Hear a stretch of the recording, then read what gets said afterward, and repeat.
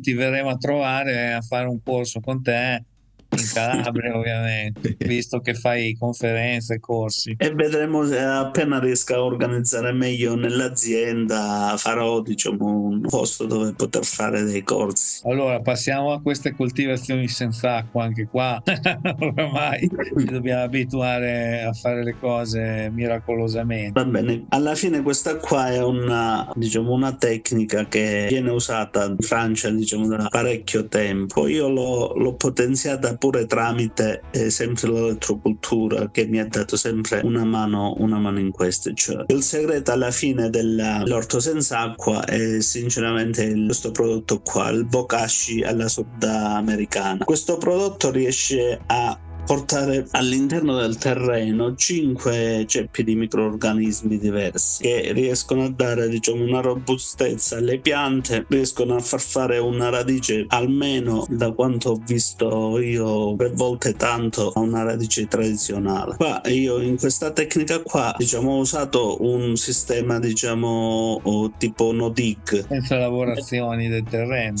senza lavorazione del terreno, giusto. Ho immesso, diciamo, questi microrganismi e adesso poi spiegherò, diciamo, più o meno la tecnica, come farli. E poi ho messo della pacimatura e abbiamo piantato sopra. E oltre a questo, l'unica acqua che ci vuole a disposizione, diciamo, è l'acqua di irrorazione per poter usare sia questo bokashi sia per poter usare altri tipi di microrganismi che aiutano la pianta, diciamo, a sostenersi. E più in più, siccome, diciamo, l'ambiente ancora non era equilibrato, usare questi microrganismi anche contro i parassiti e contro malattie fungine, perché, diciamo, anche usando l'elettrocultura, che accelera molto il metabolismo anche dei microrganismi, anche loro tramite l'eccitazione con l'elettrocultura aumentano molto il proprio metabolismo, accelerano in maniera impressionante. Però il sistema nel primo anno,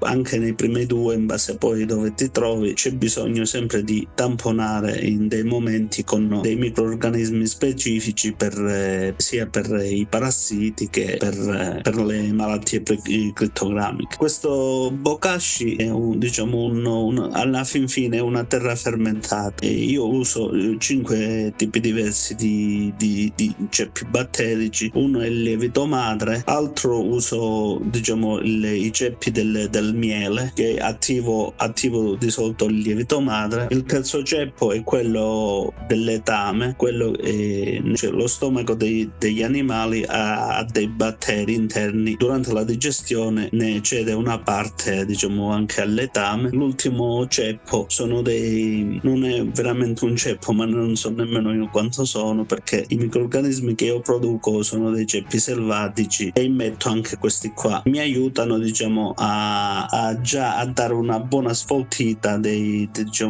microrganismi marciscenti presenti, diciamo, nel letame e negli altri prodotti che vengono usati per la composizione di questo prodotto. Le basi principali di questo prodotto sono letame, terra di bosco, si può usare o della segatura o delle foglie oppure del fieno. Poi bisogna attivare, diciamo, questa fermentazione. Viene attivata con il lievito madre sciolto in una quantità di acqua, aggiunto dello zucchero, e in questo caso io aggiungo questo ceppo di microorganismi selvatici. Questo ciclo dura 15 giorni e si raggiungono, diciamo, delle temperature elevate, perché, in poche parole, i batteri anaerobici attaccano la parte fibrosa e creano del calore. E in questo caso, quando poi si arriva a una temperatura di 60 gradi, questo prodotto va rigirato. Di solito, quando si usano questi microorganismi che io produco, questo il prodotto viene rigirato poche volte, circa 3-4 volte durante i 15 giorni, mentre nel metodo tradizionale viene rigirato già dal secondo giorno, anche 2 volte al giorno, perché ci sono più presenza di microrganismi marciscenti che portano subito a temperatura il prodotto. Io invece, diciamo, usando questi microrganismi che io produco e mettendoli nello starter, io riesco già a bonificare una parte parte di microrganismi degenerativi che sono nei vari componenti. Sì, Allora, sembra di essere a lezione, bellissimo.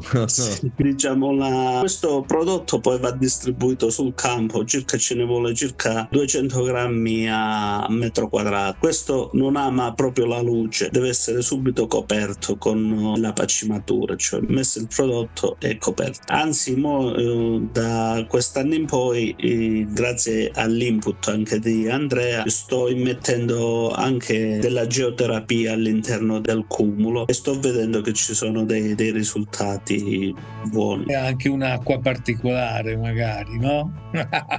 Eh sì, è normale.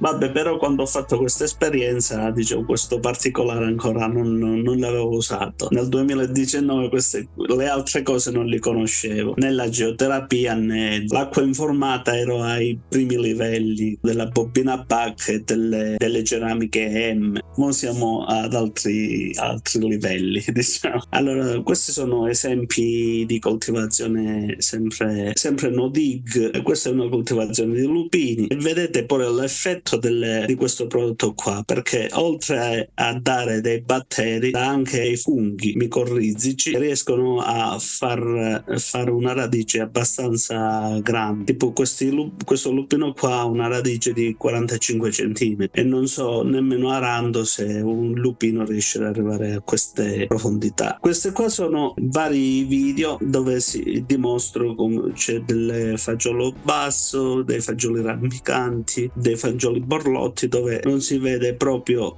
la presenza di acqua. Qua non ho usato pacimatura, ma l'ho fatto proprio apposta per vedere, diciamo, la resistenza delle piante. E qua solo sui pomodori c'erano degli anelli di Lakoski più delle spiraline ogni pianta. I pomodori sono riuscito a fare 30 grappoli di pomodoro da circa 300 grammi, 320 grammi l'uno, cioè una pianta è riuscita a produrre a secco senza un grammo di acqua aggiunta quasi 10 kg di pomodoro. Fai il conto che ce ne sono andate 6 piante a metro quadrato, avevamo una media di 60 kg di prodotto a metro quadrato senza l'uso di acqua. Questo è, diciamo, l'effetto che danno il mix tra microorganismi e elettrocultura. Ma non sappiamo, aggiungendo le frequenze, cosa succede.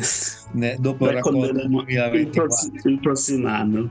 Questi sono altri esempi di mele e di pere. Tipo, queste pere qua hanno raggiunto il peso di una media di 300 grammi. Poi vedi le fronde degli alberi sono carichissimi, sono tutti pieni. E per questo sì, sono carichi, e in più il prodotto è abbastanza grosso, è più gustoso, e in più c'è un immagazzino, cioè nei magazzini se ne rovina molto di meno. Tipo, quest'anno con le patate non abbiamo avuto guasto, cioè non c'era nei cassoni una patata guasta.